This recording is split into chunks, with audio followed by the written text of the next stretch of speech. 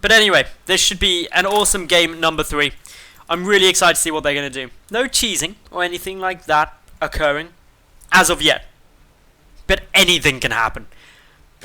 Okay, not quite anything. It would be impossible for a temple to happen right now, but I hope you get my point. It's exciting, and it's great, and it's magical, because one of these two is going to look to advance forward up into the Premier Division of this. And there's 6,000, if I'm not mistaken, it is, yeah, $6,700 worth of prize money up for grabs in the Premier Division over the 2 seasons. So, that is just beautifully, beautifully awesome. Now, if we take a quick little peek, we do have one lone drone ready to make a hatchery for SolO, and also for Kjeks. Another hatchery coming up. So both of these two expanding at nigh identical times, taking spawning pools within a second of each other. Their builds an exact mirror currently in the mirror matchup. Both have 15 drones, everything equal. Couldn't be closer at the moment. And that makes me happy, because ace games mean that the series is being close, and if an ace game is ridiculously close at the start, it just means good times. It really does. Gases as well, again, within a second of each other. I think consistently, there's about... Okay, no, it's not even a second gain for one player or the other. I thought SolO was like always a second ahead, but he's not. So that blows that theory out of the water, pretty much neck and neck. These gases, so far in the series, have always been used for banelings. So Zerglings come out time and time again. Oh, Zergling speed comes out every time. Drones stay on, banelings follow up. That's pretty much been a staple. Neither player opting to go gasless or to only get speed out and then continue with mass droning. That generally indicates a more aggressive playstyle, and that's something certainly that we have seen from SolO so far. Kjeks, with his natural base up, SolO will have had his finished up too. Nice scout coming down now from SolO at the moment. He's getting a good little peek at everything that's coming through, and up in SolO side, he's actually not getting seen at all with what's happening. So that's always an advantage. If you have denied or your opponent hasn't scouted you, you know that you're going to get them with a bit of an element of surprise. Zergling speed coming down for both players now again. Actually, no, this is a bit of a bigger advantage now for SolO compared to Kjeks. He's up by about 10 seconds there. So's his baneling nest, about 5-second advantage. So SolO just taking a bit of a lead, but it's still minuscule. Nothing game-ending or even battle-deciding. It's just minor. Kjeks is also getting a full scout down now. Taking looks, he's okay. 3 drones are still in gas, and yeah, baneling nest coming down. So I know what you're doing, bro. But back at home, Kjeks is just like, well, I'm also getting a baneling nest. SolO hasn't yet seen it, but he hasn't been too bothered about it so far. Now, this is a bit of a mix-up. We didn't see this previous games. SolO opting for the spawning pool. Oh, sorry, the evolution chamber really early. So, previous games, he hasn't got this really early on. But he's doing a nice little job of... I think he'll probably, since he's got the one, is get carapace down. And I realised my train of thought just went a bit blur there. But yeah, +1 carapace. He did get it later in the previous game, if I'm not mistaken. And the advantage of getting +1 carapace down in ZvZ is that if your opponent doesn't have +1 attack, then it means their banelings require 2 hits to kill your Zerglings. That is monumentally massive.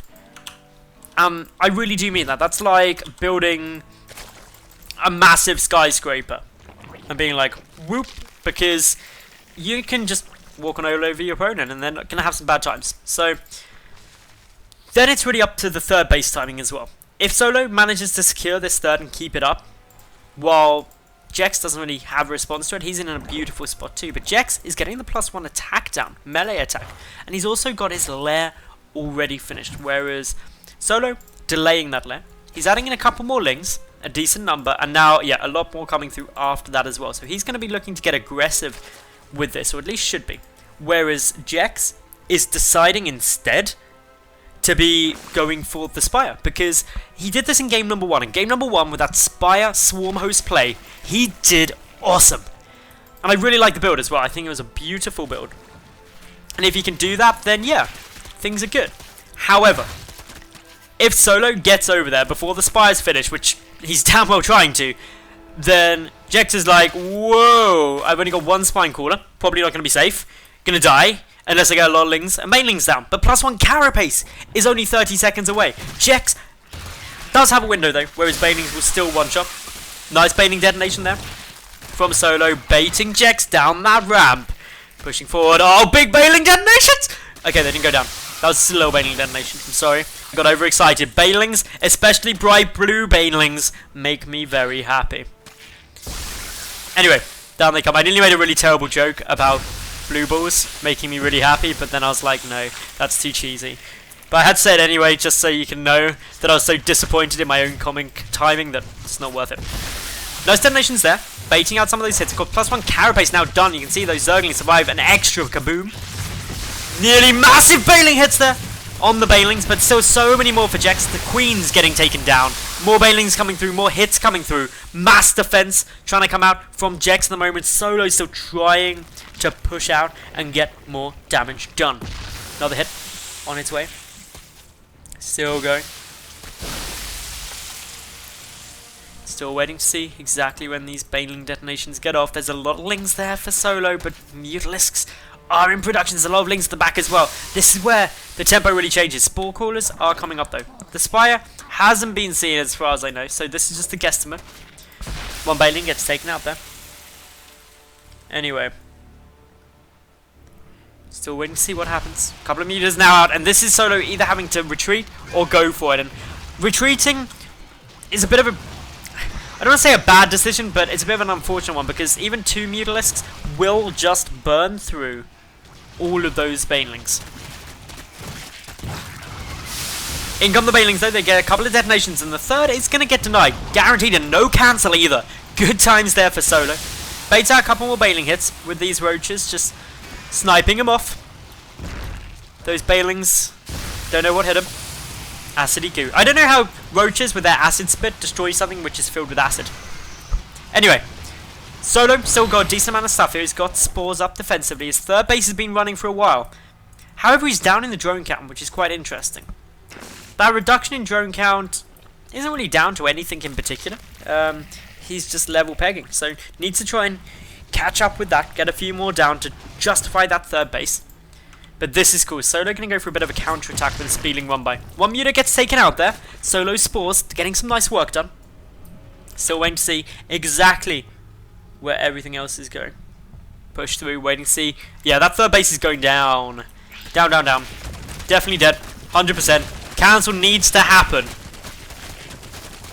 But it's not going to. That's a problem. That cancel not coming out is now 600 minerals Kjeks has lost without a need to. And that's sad times.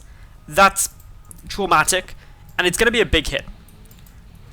However, Kjeks still somehow is up in the worker count. I don't quite know how. He's also got the Mutalisks to apply pressure with. Got a couple of lings managing to stream through here and get some damage down. A couple more in the main base too. They see the Hydroden. But Hydralisks, they're already on their way out. They're looking to start messing up those mutas. And this game, there's nowhere near as many mutas. What are the drones doing? The drones! Oh, the drones. They thought they'd been... Those poor lava were like, it's good, guys. We're now in an active fighting stage. I'm totally going to become a Mutalisk. And then Kjeks was like, no, you're going to be a drone. But they didn't get the memo, so they're like, attack! And then realized they couldn't. And that's sad. I feel bad for those drones. They were just slaughtered. Anyway, in come the mutas. They need to be super careful though, because there's a lot of Hydras and a Spore Crawler there. Spore Crawlers... Okay, have you ever seen, like, a train hit a mosquito? That's basically like what happens when a Spore Crawler hits a Mutalisk. Just complete annihilation. Splattered. Centrifugal hooks. Enduring locusts. And also burrow coming down now. From Kjeks. Some burrow baneling play would make me a very happy boy. That would just like make my evening before it's even really started. But of course, the swarm hosts are what's really exciting me. Because that swarm host Mutalisk style of play was so effective in game number 1. That if it can come out again, maybe Kjeks will be able to take this. SolO though needs to be super careful. Because if he waits too long to engage, there's going to be a good number of burrow banelings about. There's going to be a good number of swarm hosts, a good number of locusts. And his nice third base being down so much earlier isn't really going to pay off for him. He's not going to have a reason to use it. So he's got to go and push relatively soon. And now's actually a really good time, because there's no swarm hosts as of yet. Enduring Locust is done, but there's not a single swarm host on the field. But SolO waiting, despite having a 40-odd army supply advantage. 5 swarm hosts on their way through. Rocks getting taken out, getting ready to try and allow a quicker way through. Muta's still just picking away, but a Spore is going to reposition in order to keep that safe. There's a 4th base coming out from SolO too. Kjeks waiting. Burrow them, good. Oh, burrow Bailings. This makes me so happy. Okay, where are the rest going to burrow? 3 more around there. Okay, every entrance to his base now burrowed up. SolO does have a couple of overseers though, but they don't have the speed upgrade yet. Oh, the burrow Bailings. This gets tense. The army running far too much forward. The overseer's trying to get sniped down, but why? But why is the question? The overseer darting forward, not quite in range yet. Is it going to see it? Is it going to see the burrow Bailings? Yes, it will. Okay, this is all safe. The burrow Bailings detonate. No danger. But the full army crashing forward. The swarm hosts are now there. There's 1 overseer remaining to grant vision of them. They've got to be taken down quickly. SolO has a massive supply advantage at the moment, especially if you can take down those swarm hosts. But boom, down it goes, and SolO takes the series 2-1. Congratulations to him. He advances up in to the Premier Division.